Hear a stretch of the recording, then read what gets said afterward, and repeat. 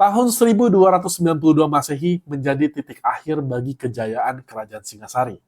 Pada tahun itu, Jaya Katuang, seorang bangsawan dari Kediri yang sebelumnya tunduk di bawah kekuasaan Singasari, melancarkan pemberontakan besar. Dalam serangan mendadak yang dilakukan dari dua gelombang, Jaya Katuang berhasil menembus pertahanan Singasari dan menyerbu ibu kota. Dalam peristiwa tersebut, Raja Kartanegara gugur di istananya dan Singasari pun runtuh. Namun dari kehancuran tersebut, Raden Wijaya, menantu dari Raja Kertanegara dan suami dari Putri Dyah Gayatri, berhasil melarikan diri ke daerah timur, menyusun kekuatan sembari mencari celah untuk membalas. Tak lama setelah Singasari runtuh, pasukan Kekaisaran Mongol tiba di perairan Jawa.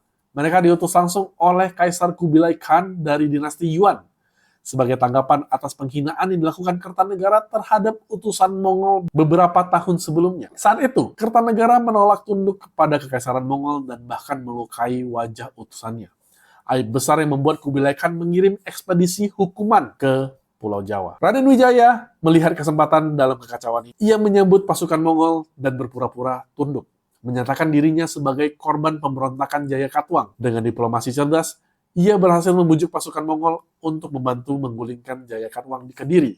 Dengan cara ia memberitahu bahwa Jaya Katuang adalah Raja Kertanegara, karena pasukan Mongol tidak mengenali Kertanegara itu orangnya yang mana. Koalisi antara Raden Wijaya dan pasukan Mongol pun bergerak menyerang dan berhasil mengalahkan Jaya Katuang. Jaya Katuang pun gugur dalam serangan itu. Namun setelah kemenangan diraih, Raden Wijaya menunjukkan kecerdikannya.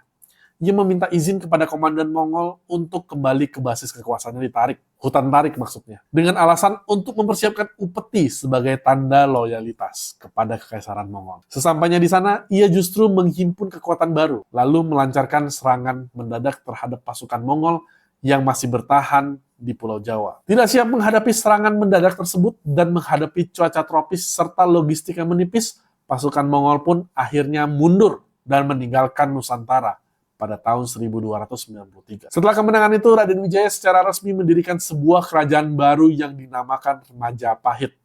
Diambil dari nama buah maja yang pahit, yang konon tumbuh di wilayah itu. Pada tahun 1293 Masehi, ia dinobatkan sebagai raja pertama dengan gelar Sri Kertarejasa Jayawardhana, menandai kelahiran salah satu kerajaan terbesar dalam sejarah Nusantara.